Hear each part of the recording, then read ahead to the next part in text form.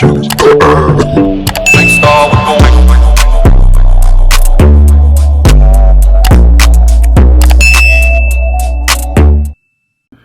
going on, guys? Welcome back to my channel. I'm here with another The Oval review. If you're new to the channel, be sure to subscribe. Everybody, be sure to hit that like button. Subscribe, like, comment, share. Y'all know the vibes. Y'all know all that good stuff. Listen, the show picks up where it left off last week. Jason in the room with Cilla. Now,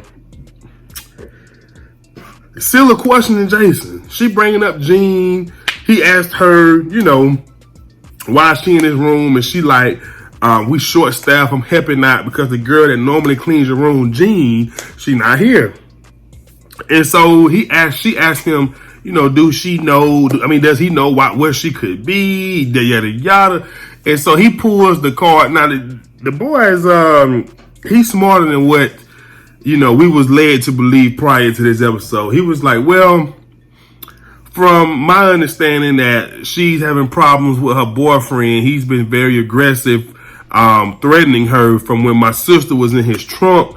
And I'm just like, see, that episode was so long ago, I don't remember what happened. I just remember the girl was in the trunk and Jean was talking about how much she didn't like the first family. Point blank period. I don't remember this girl saying nothing about her boyfriend being, physical or nothing like that. I just remember her saying how much she hate the family, and he was gonna try to bribe her with telling his parents how much she hated for her to lose her job if she don't, sleep with him or do whatever it is he want to do. So anywho, long story short, Cilla was like, I'm gonna go clean your bathroom, because she asked him what was that smell in it. So she smelled the dead body scent. Now, I don't know what Priscilla gonna do with this information, but she goes to the bathroom looking back there because he said it's dirty clothes, and he grabs her, he places his arms around her, and I was just like, Lord,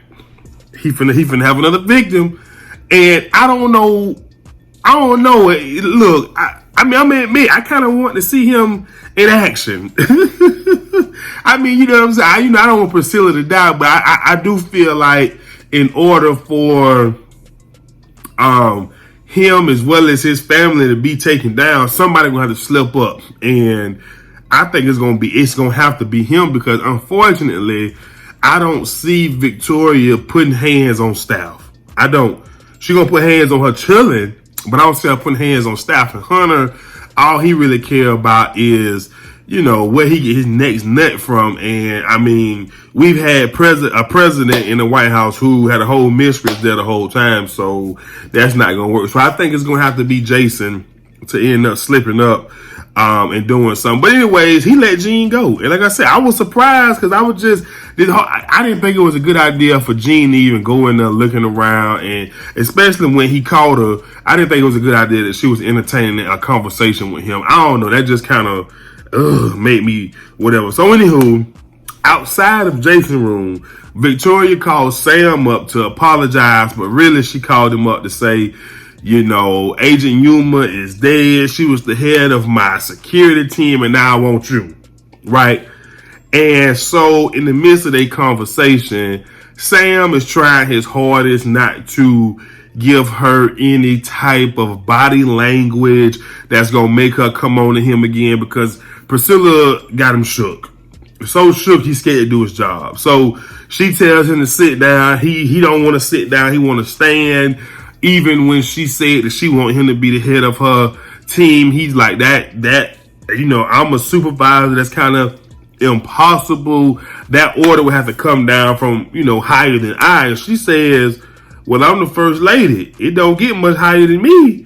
Now, I'm just saying, it don't get much higher than the first lady. So while they conversating, of course, Victoria come out the room and she catches them.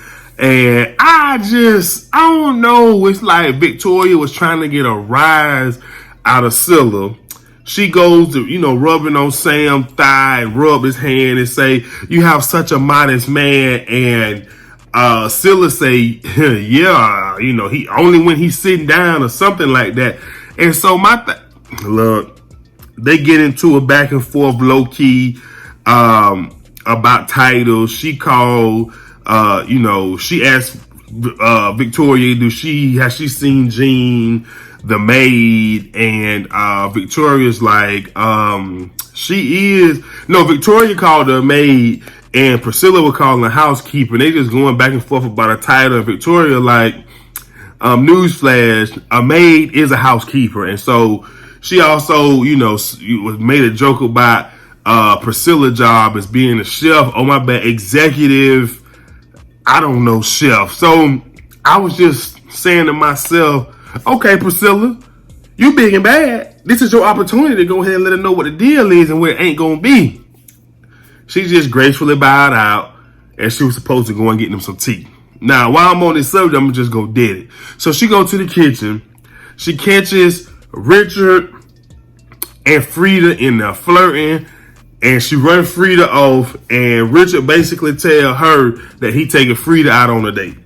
And she like, Richard, I hope you know what you're doing, yada, yada, yada. And Richard like, I got this.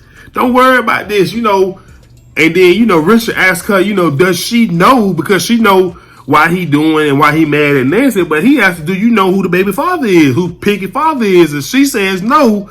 And Richard said, you wouldn't tell me anyways, but I need to see some loyalty from you. Get her to tell you who the father is, and you come tell me. Now, do I think Nancy gonna tell Priscilla who the father is? Absolutely. Do I think Priscilla gonna go and tell Richard that it's his brother? Absolutely not.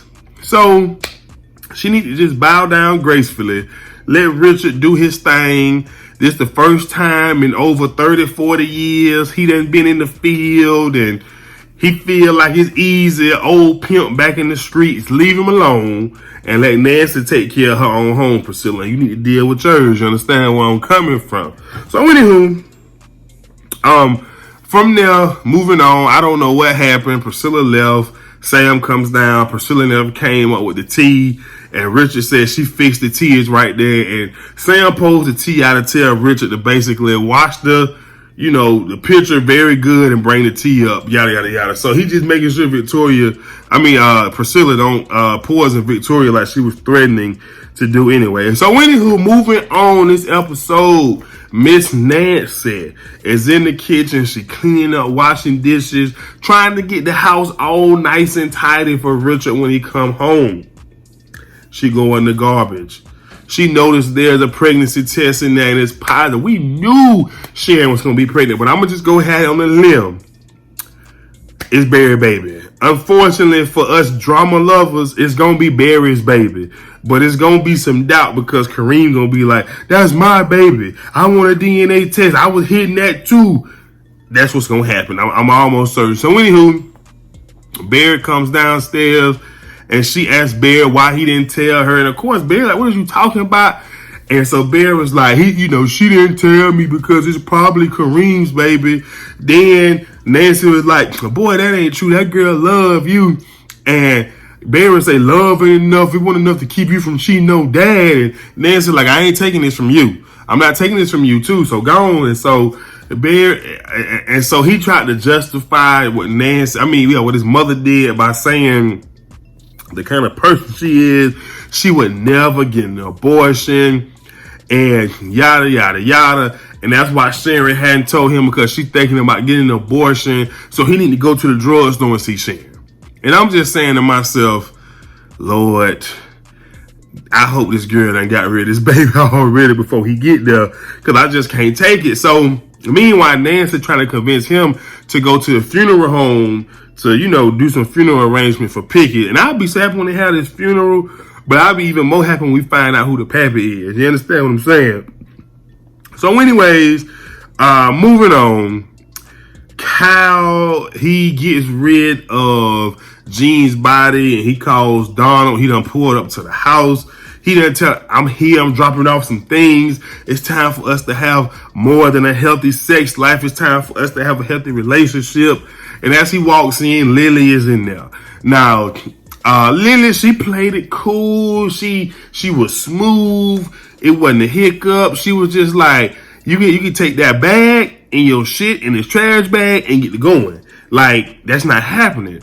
And so he like, what are you doing here? I'm watching you. And Lily like, I just realized, you know, I love him. I'd rather be here with him. And you know what?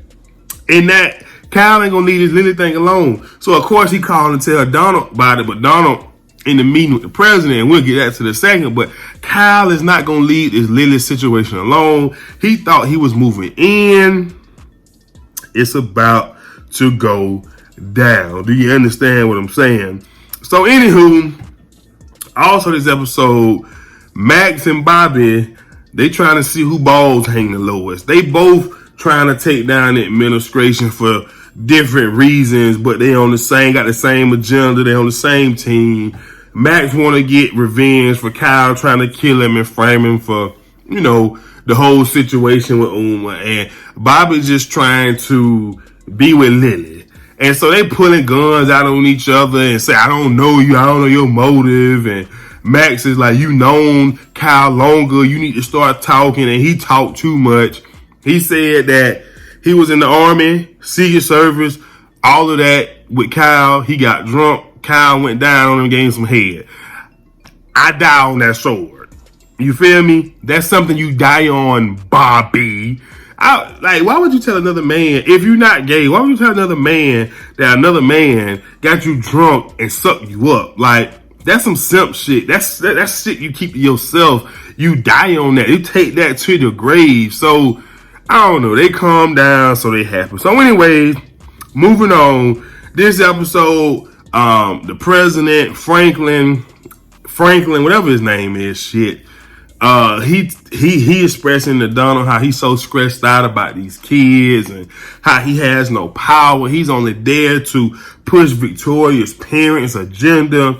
And Donald say, you do got the power. Let's start setting some cabinet meetings, nominating cabinet members so we can get your people in there and get this thing rolling. Of course, he tell Donald to leave because Ellie comes.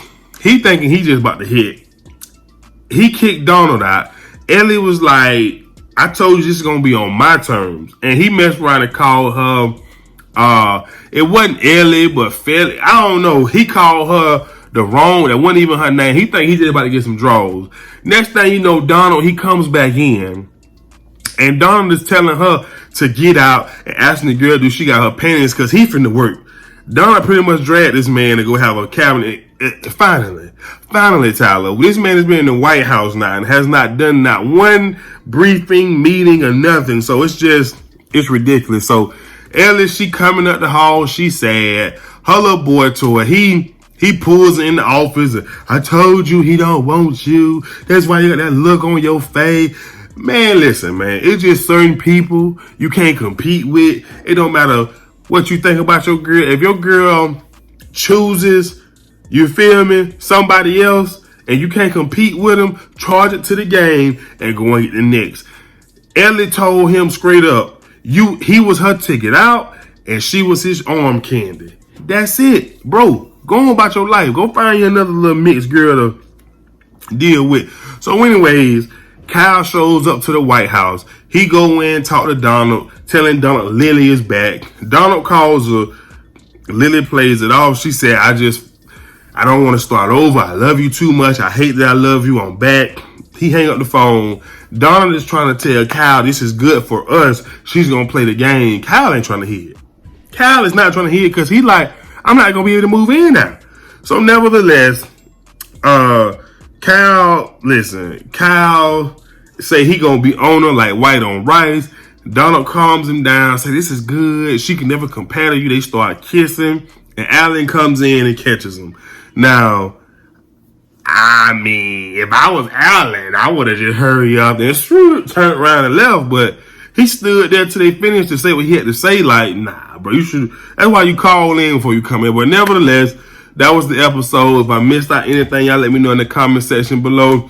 Until next time, I'm going to holler at y'all. Y'all be sure to subscribe, like, comment, and share. I'm out of here. Peace.